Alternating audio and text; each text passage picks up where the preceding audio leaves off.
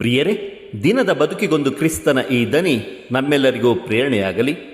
ಪ್ರಭು ಯೇಸು ಕ್ರಿಸ್ತರಲ್ಲಿ ಆತ್ಮೀಯ ಸಹೋದರ ಸಹೋದರಿಯರೇ, ನಾವು ಇಂದು ಜಪಮಾಲೆಯ ಮಾತೆಯ ಸ್ಮರಣೆಯನ್ನು ಮಾಡುತ್ತಿದ್ದೇವೆ. ಕನ್ನಡದ ಜಪಸರ ಎಂಬ ಪದವು ಆಂಗ್ಲ ಭಾಷೆಯಲ್ಲಿ ರೋಸರಿ ಎಂಬುದಾಗಿದೆ. ಈ ರೋಸರಿ ಎಂಬ ಪದವು ಲ್ಯಾಟಿನ್ ಮೂಲವಾದ ರೊಸಾರಿಯುಮ್ ಎಂಬ ಪದದಿಂದ ಬಂದದ್ದಾಗಿದೆ. ಲ್ಯಾಟಿನ್ನಲ್ಲಿ ರೊಸಾರಿಯುಮ್ ಎಂದರೆ ಗುಲಾಬಿಯ ತೋಟ ಅಥವಾ ಗುಲಾಬಿಯ ಮುಕುಟ ಅಥವಾ ಕಿರೀಟ ಎಂದರ್ಥ. ಆತ್ಮೀಯರೇ, ಪ್ರತಿಯೊಂದು ಬಾರಿ ನಾವು ಒಂದು ನಮೋಮರಿಯ ಪ್ರಾರ್ಥನೆಯನ್ನು ಹೇಳಿದಾಗ ಒಂದು ಸುಂದರವಾದ ಗುಲಾಬಿಯ ಹೂವನ್ನು ನೀಡಿದಂತೆ, ಒಂದು ಪರಿಪೂರ್ಣ ಜಪಮಾಲೆ ಮಾಡಿದರೆ ಮಾತೆ ಮರಿಯಳಿಗೆ ಒಂದು ಗುಲಾಬಿಯ ಕಿರೀಟವನ್ನೇ ತೊಡಿಸಿದಂತೆ. ಜಪಮಾಲೆ ಒಂದು ಪರಿಪೂರ್ಣ ಪ್ರಾರ್ಥನೆಯಾಗಿದೆ. ಜಪಸರ ಪ್ರಾರ್ಥನೆಯಲ್ಲಿ ರಕ್ಷಣೆಯ ಹಾದಿಯನ್ನೇ ಭಕ್ತಿಯಿಂದ ಮೆಲುಕು ಹಾಕುತ್ತೇವೆ. ಯೇಸುವಿನ ಜೀವನದ ಬಗ್ಗೆ ಪ್ರಮುಖ ಹಂತ ಘಟನೆಗಳನ್ನು ಸ್ಮರಿಸಿ ಪ್ರಾರ್ಥಿಸುತ್ತೇವೆ. ಜಪಸರ ಹೇಳುವುದರ ಮೂಲಕ ಮಾತೆಯನ್ನು ನಮಗಾಗಿ ಪ್ರಾರ್ಥಿಸಿ ಎಂದು ಭಿನ್ನಯಿಸುತ್ತೇವೆ. ಮಾತೆ ಮರಿಯಳು ನಮ್ಮ ಪ್ರಾರ್ಥನೆಯನ್ನು, ಕೋರಿಕೆಯನ್ನು ಈಡೇರಿಸುವ ತಾಯಿಯಾಗಿದ್ದಾರೆ. ಸದ್ಯದ ಜಪಸರದ ವ್ಯವಸ್ಥಿತ ರಚನೆಯ ಯಶಸ್ಸು ಸಂತ ಡೊಮಿನಿಕರಿಗೆ ಸಲ್ಲುತ್ತದೆ. ಶುಭ ಸಂದೇಶಗಳ ಒಟ್ಟು ಸಾರವೇ ಜಪಸರ. ಜಪಸರ ಸ್ವರ್ಗದ ದಾರಿ ಎಂದು ಬೊನವೆಂಚರರು ನುಡಿದಿದ್ದಾರೆ. ಜಪಸರದ ಮೂಲಕ ಮರಿಯಮ್ಮನವರು ಸುಜ್ಞಾನವನ್ನು ಕಲಿಸಿಕೊಡುವ ಸದ್ಬೋಧಕಿಯಾಗಿದ್ದಾರೆ. ಆತ್ಮೀಯರೇ, ಪ್ರಸ್ತುತ ಪ್ರಚಲಿತದಲ್ಲಿರುವ ಜಪಸರದ ವ್ಯವಸ್ಥಿತ ರೂಪ ಹಲವಾರು ವರ್ಷಗಳ ಪ್ರತಿಫಲ. 9ನೇ ಶತಮಾನದಲ್ಲಿ ಐರ್ಲೆಂಡ್ ಎಂಬ ದೇಶದಲ್ಲಿ ಜಪಸರ ತನ್ನ ರೂಪವನ್ನು ಪ್ರಥಮ ಬಾರಿಗೆ ಪಡೆದುಕೊಳ್ಳಲಾರಂಭಿಸಿತು. ಅಂದಿನ ಆಶ್ರಮಗಳಲ್ಲಿ ಸನ್ಯಾಸಿಗಳು ಹಳೆಯ ಒಡಂಬಡಿಕೆಯ 150 ಕೀರ್ತನೆಗಳನ್ನು ಪಠಿಸುತ್ತಿದ್ದರು. ಕೆಲವೊಮ್ಮೆ ಹಾಡುತ್ತಿದ್ದರು.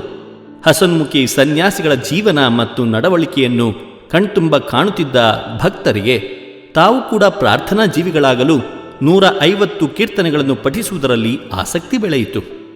ಆದರೆ ಶ್ರೀಸಾಮಾನ್ಯ ಭಕ್ತವರ್ಗದವರಲ್ಲಿ ದೀರ್ಘಕಾಲದ ಸಂಕೀರ್ತನೆಗಳು ಬಹುಕಾಲ ಉಳಿಯಲಿಲ್ಲ. ಇದಕ್ಕೆ ಕಾರಣಗಳು ಹಲವಾರು ಇರಬಹುದು. ಸಮಯದ ಕಾರಣ, ಶ್ರೀಸಾಮಾನ್ಯರಲ್ಲಿ ವಿದ್ಯಾವಂತರ ಕೊರತೆ, ಹೀಗೆ ಹಲವಾರು ಕಾರಣಗಳಿಗೆ ಅದು ಶ್ರೀಸಾಮಾನ್ಯರಲ್ಲಿ ಬಹುಕಾಲ ಉಳಿಯಲಿಲ್ಲದಿರಬಹುದು. ಸುಮಾರು ಕ್ರಿಸ್ತಶಕ 800ರಲ್ಲಿ ಆಶ್ರಮ ಸನ್ಯಾಸಿಯೊಬ್ಬರು 150 ಕೀರ್ತನೆಗಳಿಗೆ ಬದಲಾಗಿ 150 ಪರಲೋಕ ಪ್ರಾರ್ಥನೆ ಹೇಳಲು ಭಕ್ತಾದಿಗಳಿಗೆ ಕಲಿಸಿಕೊಟ್ಟರು.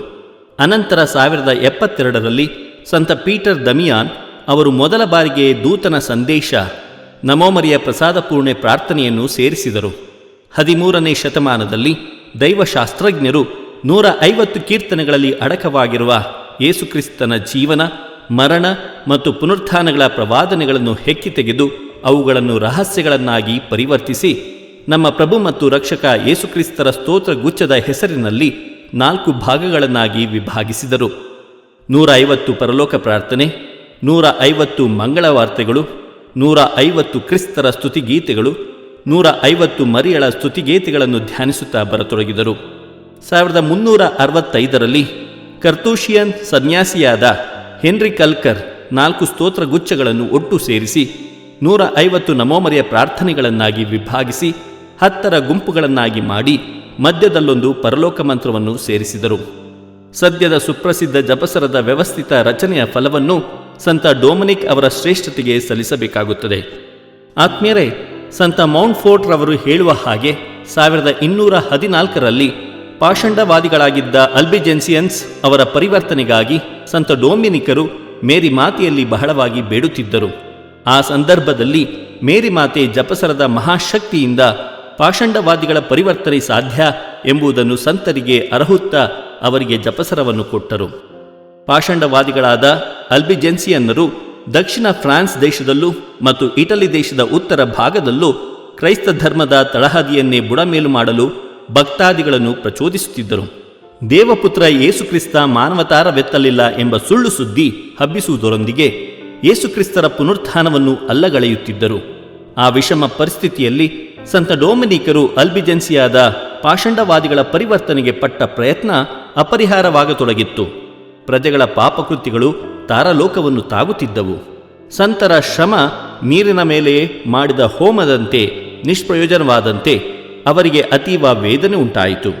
ಭಯಾನಕ ಅರಣ್ಯ ಪ್ರದೇಶಕ್ಕೆ ಏಕಾಂತವಾಗಿ ಹೊರಟ ಸಂತ ಡೊಮಿನಿಕರು ಪಾಷಂಡವಾದಿಗಳ ಪಾಪ ಪರಿಹಾರಕ್ಕಾಗಿ ಮತ್ತು ಪರಿವರ್ತನೆಗಾಗಿ 3 ದಿವಸ ಹಗಲಿರುಳು ದೇವಮಾತೆಯಲ್ಲಿ ಪ್ರಾರ್ಥಿಸತೊಡಗಿದರು. ಸತತ ಪರಿಶ್ರಮದಿಂದ ಸಂತರ ದೇಹ ತುಂಬ ಬಳಲಿತು. ಹತೋಟಿಯನ್ನು ಕಳೆದುಕೊಂಡ ಅಂಗಾಂಗಗಳು ನಿಸ್ತೇಜವಾದವು. ಮೂರ್ಛೆರೋಗ ಸಂತರನ್ನು ಭೂಮಿಯ ಮೇಲೆ ಮಲಗಿಸಿತು. ಆ ವೇಳೆಯಲ್ಲಿ ಮೇರಿ ಮಾತೆ ಈರ್ವರು ದೇವದೂತರೊಂದಿಗೆ ದರ್ಶನವಿತ್ತು ಸಂತರ ಕೈಗೆ ಜಪಸರವನ್ನು ಕೊಟ್ಟು, ನಗುತ್ತಾ ಇರು, ಪಾಪ ದೋಷಗಳ ಮತ್ತು ಪರಿವರ್ತನೆಗೆ ಪರಿಹಾರವಾಗಿ ನನ್ನ ಪುತ್ರನ ಜೀವನ, ಮರಣ, ಯಾತನೆ, ಪುನರುತ್ಥಾನದ ಮಹಿಮೆಯನ್ನು ಕುರಿತು ಧ್ಯಾನಿಸು. ಅದರ ಜೊತೆಗೆ ದೇವದೂತ ಸಂದೇಶವನ್ನು ಜಪಿಸು. ಅದರ ಮೂಲಕ ಲೋಕ ಕಲ್ಯಾಣವನ್ನು ಪ್ರಬೋಧಿಸು ಎಂದು ನುಡಿದು ಅದೃಶ್ಯರಾದರು. ಸಂತ ಡೊಮಿನಿಕರು ಮೇರಿ ಮಾತೆಯ ಆಜ್ಞೆಗಳನ್ನು ಅನುಷ್ಠಾನಕ್ಕೆ ತಂದರು ಮತ್ತು ಪಾಷಂಡವಾದಿಗಳೆಲ್ಲ ಪರಿವರ್ತನೆಗೊಂಡು ವಿಶ್ವಾಸವನ್ನು ಮತ್ತೆ ಅವಲಂಬಿಸಿದರು. ಆತ್ಮೀಯರೇ, ಸಂತ ಡೊಮಿನಿಕರ ಅವಿರತ ಶ್ರಮದಿಂದ ಜಪಸರದ ಮಹಿಮೆ ಪ್ರಚಾರಗೊಂಡಿತು ಮತ್ತು ಅದರ ದೆಸೆಯಿಂದ ಲೆಕ್ಕವಿಲ್ಲದಷ್ಟು ಪವಾಡಗಳು ಮತ್ತು ಪರಿವರ್ತನೆಗಳು ಜರುಗಿದವು. ಕಾಲದ ಮಹಿಮೆ ಮತ್ತೊಮ್ಮೆ ಬದಲಾಯಿತು. ಜಪಸರದ ಬಗ್ಗೆ ಇದ್ದ ಗೌರವ ಕುಂಠಿತಗೊಳ್ಳಲಾರಂಭಿಸಿತು. 1349ರಲ್ಲಿ ಯುರೋಪ್ ಖಂಡದಲ್ಲೆಲ್ಲ ಪ್ಲೇಗ್ ಅಟ್ಟಹಾಸದಿಂದ ನರ್ತಿಸತೊಡಗಿತು. ಸಾವಿರಾರು ಜೀವಿಗಳನ್ನು ಬಲಿ ತೆಗೆದುಕೊಂಡಿತ್ತು. ಪುನಃ 1460ರಲ್ಲಿ ಯೇಸುಕ್ರಿಸ್ತರು, ಮೇರಿ ಮಾತೆ ಮತ್ತು ಸಂತ ಡೊಮಿನಿಕರು ಪುನೀತರಾದ ಆಲೆನ್ ದಿ ರೋಚೆ ಅವರಿಗೆ ಬೇರೆ ಬೇರೆ ಸಂದರ್ಭಗಳಲ್ಲಿ ದಿವ್ಯ ದರ್ಶನವಿತ್ತು ಜಪಸರದ ಮಹಿಮೆಯ ಬಗ್ಗೆ ಗಂಭೀರವಾಗಿ ಪ್ರಬೋಧಿಸಲು ಸಲಹೆಗಳನ್ನಿತ್ತರು. ಪ್ರಿಯರೇ, ಜಪಮಾಲೆಯ ಮಾತೆ ಜಪಸರದ ಒಂದು ಸಂಪೂರ್ಣ ಹಾಗೂ ಪರಿಣಾಮಕಾರಿಯಾದ ಪ್ರಾರ್ಥನೆ. ಇದೊಂದು ಸಾಮೂಹಿಕ ಪ್ರಾರ್ಥನೆ, ಧರ್ಮಸಭೆಯ ಪ್ರಾರ್ಥನೆ, ಸಂಘ ಸಂಸ್ಥೆಗಳಿಗಾಗಿ ಹಾಗೂ ವಿಶ್ವ ಶಾಂತಿಗಾಗಿ ಭಿನ್ನಯಿಸುವ ಪ್ರಾರ್ಥನೆ. 1571 ಅಕ್ಟೋಬರ್ 7ರಂದು ಯುರೋಪ್ ಕ್ರೈಸ್ತರ ವಿರುದ್ಧ ಇಸ್ಲಾಂ ಮತದವರು ಲೆಪಾಂಟೋ ಎಂಬಲ್ಲಿ ಯುದ್ಧ ಮಾಡಿದರು. ಜಪಸರ ಪ್ರಾರ್ಥಿಸಿ ಮೇರಿ ಮಾತೆಯ ಮಧ್ಯಸ್ಥಿಕೆಯಿಂದ ಯುದ್ಧದಲ್ಲಿ ವಿಜಯ ಗಳಿಸಿದರು. ಧರ್ಮಸಭೆಯ ಚರಿತ್ರೆಯಲ್ಲಿ 1571 ಅಕ್ಟೋಬರ್ 7 ಮರೆಯಲಾಗದ ದಿನ. ಮಾತೆಯ ಶಕ್ತಿಯ ಆಸರೆಯಿಂದ ವೈರಿಗಳನ್ನು ಸೋಲಿಸಿ ಕ್ರೈಸ್ತರು ವಿಜಯಶಾಲಿಗಳಾದರು. ಪೂಜ್ಯ ಜಪಮಾಲೆಯ ಗೌರವಾರ್ಥ ಲೆಪಾಂಟೋ ನೌಕಾಯುದ್ಧದ ಸ್ಮರಣಾರ್ಥ ಹಬ್ಬವನ್ನು ಆಚರಿಸಲಾಯಿತು. ಯುದ್ಧದ ಸ್ಮರಣಾರ್ಥ ಹಾಗೂ ಮಾತೆಯ ಗೌರವಾರ್ಥ ಮತ್ತು ಕೃತಜ್ಞತಾ ಭಾವದಿಂದ ಜಪಮಾಲೆ ರಾಣಿಯ ಹಬ್ಬವನ್ನು ವಿಶ್ವಗುರು 13ನೇ ಗ್ರೆಗೋರಿಯವರು ಅಖಿಲ ಧರ್ಮಸಭೆಯಲ್ಲಿ ಆಚರಿಸಲು ಆದೇಶಿಸಿದರು. ವಿಶ್ವಗುರು 11ನೇ ಕ್ಲೆಮೆಂಟ್ರವರು ಕಥೋಲಿಕ ಧರ್ಮಸಭೆಯಲ್ಲಿ ಜಪಮಾಲೆ ಶಕ್ತಿಯನ್ನು ವಿಸ್ತರಿಸಿದರು. ವಿಶ್ವಗುರು 13ನೇ ಲಿಯೋರವರು ಅಕ್ಟೋಬರ್ ತಿಂಗಳನ್ನು ಜಪಮಾಲೆ ಭಕ್ತಿಗೆಂದು ವಿಧಿಸಿದರು. ಮೇರಿ ಮಾತೆ 1858ರಂದು ಲೂರ್ದ್ ನಗರದಲ್ಲಿ ಹಾಗೂ 1917ರಲ್ಲಿ ಫಾತಿಮಾ ನಗರದಲ್ಲಿ ದರ್ಶನ ಕೊಟ್ಟಾಗ ಜಪಸರ ಹಿಡಿದಿದ್ದರು. ನಾನೇ ಜಪಮಾಲೆ ರಾಣಿ ಎಂದು ಸ್ವನಾಮಧೇಯವನ್ನು ತಿಳಿಸಿದರು. ಜಪಸರ ಮುಖಾಂತರ ನಾವು ಕೇಳುವುದೆಲ್ಲವನ್ನು ಕೊಡಲಾಗುವುದು ಎಂದು ಸಂತ ಡೊಮಿನಿಕರಿಗೆ ಮಾತೆ ಮೇರಿ ಭರವಸೆ ನೀಡಿದರು. ಕ್ರೈಸ್ತ ವಿಶ್ವಾಸವನ್ನು ಕಾಪಾಡಲು, ಸೈತಾನನ ಶೋಧನೆಗಳನ್ನು ಜಯಿಸಲು, ಧರ್ಮಸಭೆಯ ವೈರಿಗಳನ್ನು ಸೋಲಿಸಲು ಜಪಸರ ಪ್ರಾರ್ಥನೆ ಶಕ್ತಿಶಾಲಿಯ ಆಧ್ಯಾತ್ಮಿಕ ಅಸ್ತ್ರವಾಗಿದೆ. ಯೇಸುವಿನ ಜನನ, ಜೀವನ ಮತ್ತು ಮರಣ ಧ್ಯಾನಿಸಿ ಭಕ್ತಿಯಿಂದ ಜಪಸರ ಪ್ರಾರ್ಥಿಸೋಣ. ಜಪಸರವನ್ನು ಧರಿಸಿಕೊಳ್ಳುವುದಷ್ಟು ಮಾತ್ರವಲ್ಲ, ಆ ಜಪಸರವನ್ನು ಧರಿಸಿಕೊಳ್ಳುವುದರೊಂದಿಗೆ ಧ್ಯಾನಿಸೋಣ. ಧ್ಯಾನಿಸಿ ಕ್ರಿಸ್ತರ ನೈಜ ಶಿಷ್ಯರಾಗೋಣ, ಅನುಯಾಯಿಗಳಾಗೋಣ. ಜಪಮಾಲೆ ಮಾತೆಯೇ, ಪಾಪಿಗಳಾದ ನಮಗಾಗಿ ಪ್ರಾರ್ಥಿಸಿರಿ. ದೇವರು ನಮ್ಮೆಲ್ಲರನ್ನು ಆಶೀರ್ವದಿಸಲಿ. ಇದು ದನಿ ಮಾಧ್ಯಮ ಮನೆಯ ಕೊಡುಗೆ. ಧ್ವನಿ ವಂದನೆಯ ಸ್ವಾಮಿ ಶಾಂತಕುಮಾರ್ ಜೆ, ಬೆಂಗಳೂರು ಮಹಾಧರ್ಮ ಕ್ಷೇತ್ರ.